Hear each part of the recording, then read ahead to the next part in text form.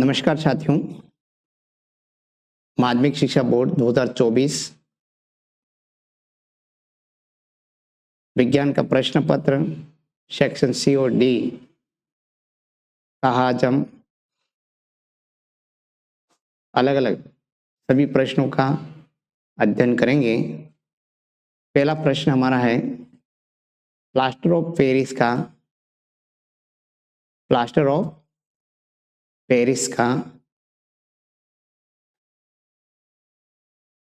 रासायनिक सूत्र लिखिए। प्लास्टर ऑफ पेरिस का रासायनिक सूत्र, तो उसका रासायनिक सूत्र क्या है? तो रासायनिक सूत्र है CaSO4.2H2O। ये उसका रासायनिक सूत्र है।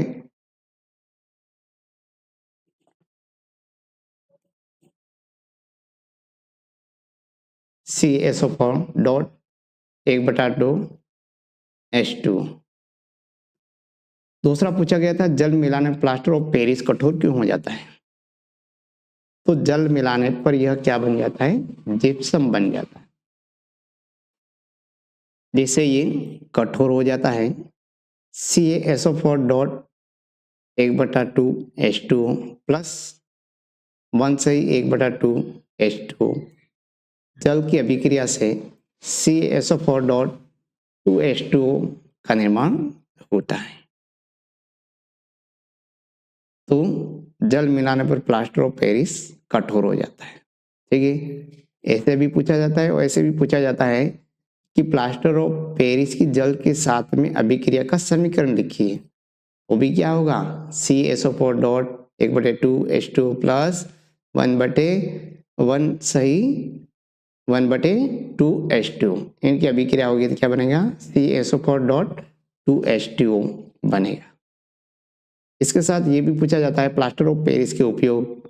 प्लास्टर ऑफ पेरिस का उपयोग खिलौने बनाने में, टूटी हड्डियों को एक जगह स्थिर करने में भी इसका उपयोग किया जाता है। अगला प्रश्न था अनैच्छिक क्रियाओं को मस्तिष्क का कौन सा भाग नियंत्रित करता है?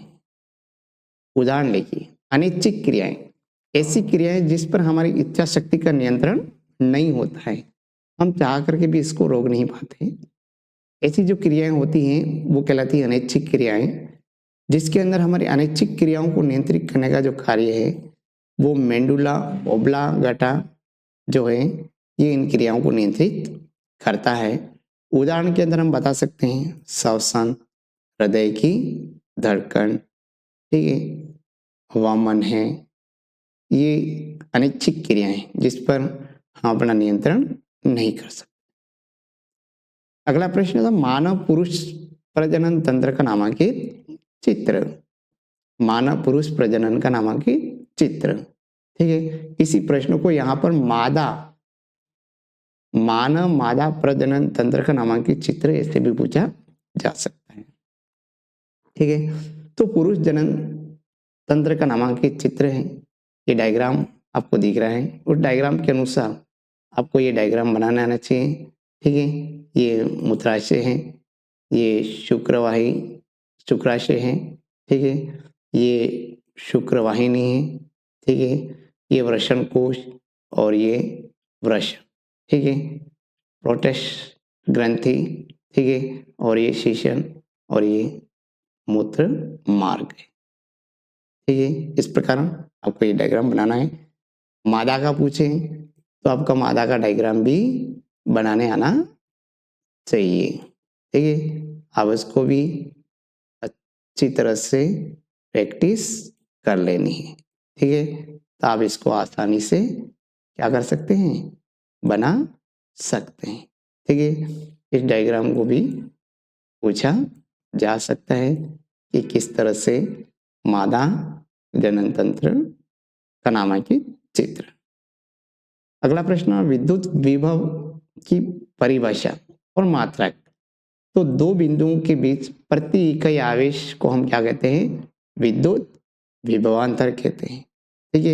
यहाँ पर विद्युत धारा किसे कहते हैं भी पूछ सकता है ना। दो भिन्न आवेश के प्रवाह की दर को हम क्या कहते हैं? विद्युत धारा। ठीक है, तो विद्युत विभव का मात्रक वोल्ट है, विद्युत धारा का मात्रक एम्पियर है, प्रतिरोध का मात्रक ओम है। ठीक है, ये आपको याद होने चाहिए। विभवांतर मापने का यंत्र, उसका संयोजन बताइए। विभवांतर कौन मापता है? वोल्टमीटर मापता है। उसको कौन से क्रम में जोड़ते हैं? तो समांतर क्रम में जोड़ा जाता है। ठीक है, और धारा मापने का यंत्र पूछा जाए तो कौन सा होगा? ए मीटर। कौन सा होगा? ए मीटर।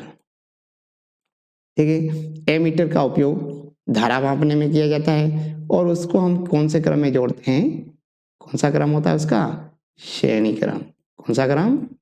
श्रेणी क्रम। इनको हम श्रेणी क्रम के अंदर जोड़ते हैं। ठीक, अगला है वी आई के बीच में ग्राफ ओम के नियम के अनुसार बनाना है। अगला प्रश्न है कोयले की दहन से प्राप्त गैस का नाम क्या है? तो कोयले को जलाते हैं तो क्या बनता है? CO2 बनती है। C प्लस O तो क्या बनती है? CO2। तो कोयले को जलाते हैं तो CO2 गैस बनती है। अगला प्रश्न है कि CuSO4 प्लस H2 इनकी अभिक्रिया से Cu प्लस H2O बनता है, तो उसका संतुलित समीकरण लिखना था।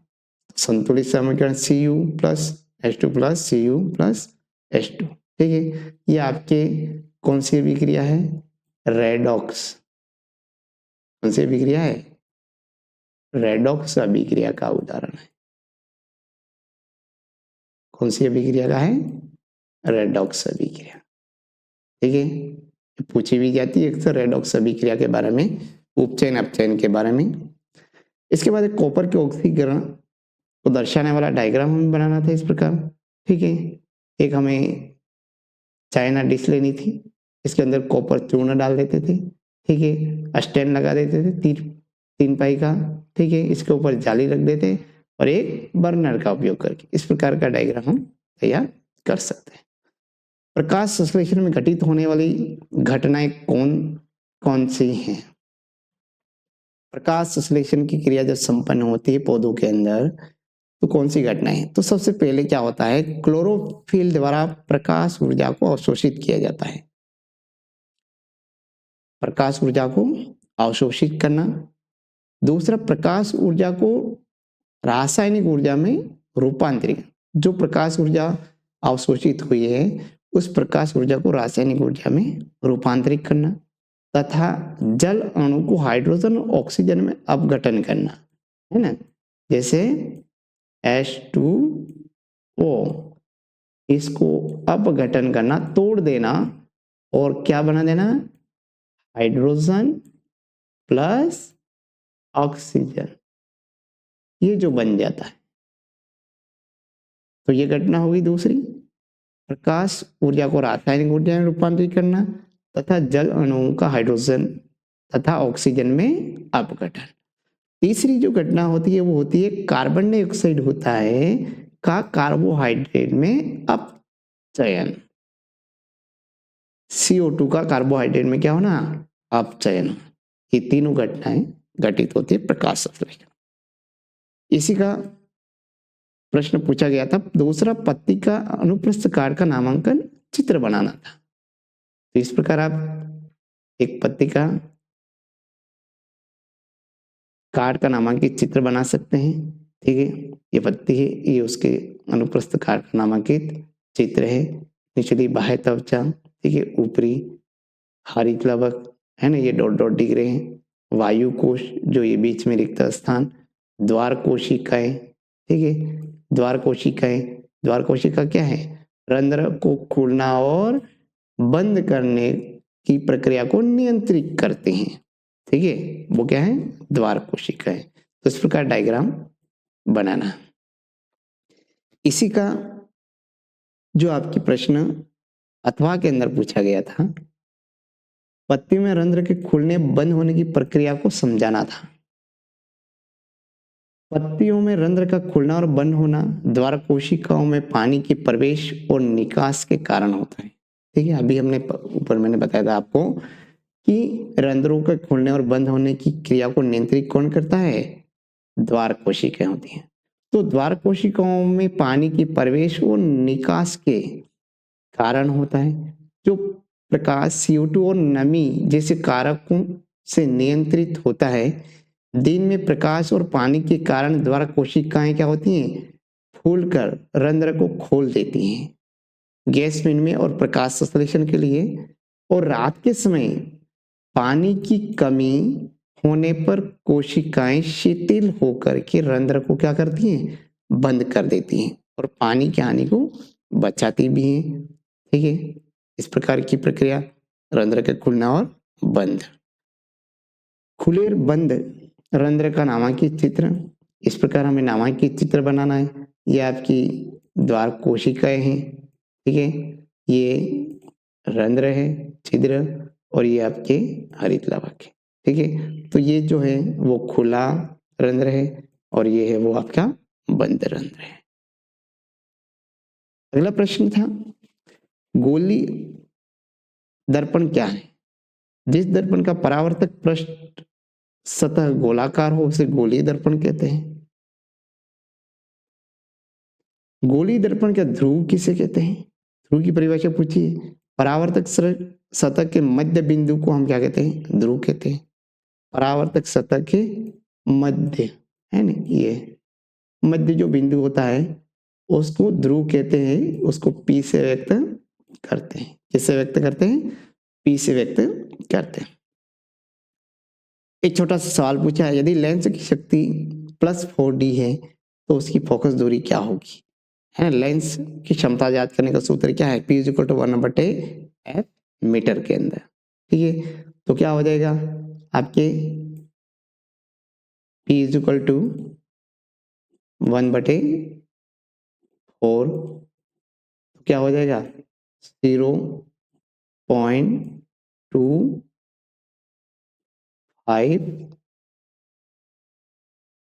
क्या आ जाएगा? मीटर।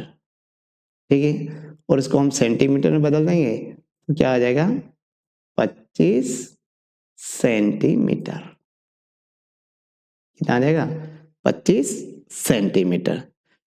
तो हमारी नेत्र को सुस्पष्ट देखने के लिए भी कितनी दूरी होनी चाहिए? 25 सेमी की। ये प्रश्न पूछा जाता है कि किसी व्यक्ति को सुस्पष्ट देखने के लिए निकटतम बिंदु कितना होना चाहिए? तो निकटतम बिंदु कितने सेंटीमीटर पर होना चाहिए? 25 सेंटीमीटर। इसी का अथवा के अंदर पूछा गया प्रश्न है, लेंस का आवर्धन किसे कहते हैं? लेंस का आवर्धन तो वस्तु के प्रतिबिंब की ऊंचाई और वस्तु की वास्तविक ऊंचाई के अनुपात जो होता है उसको हम कहते हैं लेंस का आवर्धन।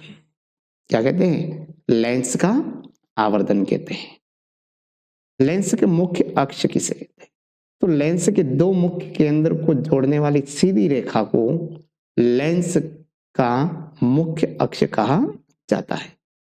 लेंस के दो मुख्य केंद्रों को जोड़ने वाली सीधी रेखा को हम क्या कहते हैं? लेंस का मुख्य अक्ष कहते हैं। इसी का भी एक छोटा सवाल है, गोलीय दर्पण की वक्रता त्रिज्या 14 सेमी है तो फोकस दूरी कितनी होगी? गोलीय दर्पण की वक्रता त्रिज्या 14 सेमी है ना, तो गोलीय दर्पण की वक्रता त्रिज्या 14 सेमी है तो उसकी फोकस दूरी 7 सेमी होगी। अब कैसे होगी? क्योंकि फोकस दूरी वक्रता त्रिज्या की आधी होती है। तो क्या हो जाएगा? F = क्या हो जाएगा? 14/2,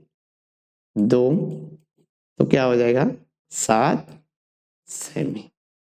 कितनी हो जाएगी? 7 सेमी। तो इस प्रकार के छोटे सवाल हैं, इनको भी हमें हल करते हैं। तो इस प्रकार हमारा आज 2024 का प्रश्न पत्र का पाठ है वो खत्म होता है। नेक्स्ट में 2024 में जो प्रश्न आए इनको हल किए हमने, और आगे 2025 में पूछे गए प्रश्न पत्र माध्यमिक शिक्षा बोर्ड के द्वारा जिसको मैं लेकर के जल्दी आता हूँ। आप इन प्रश्नों को अच्छे से याद करें और वीडियो को लाइक शेयर करें अपने मित्रों के साथ में। धन्यवाद।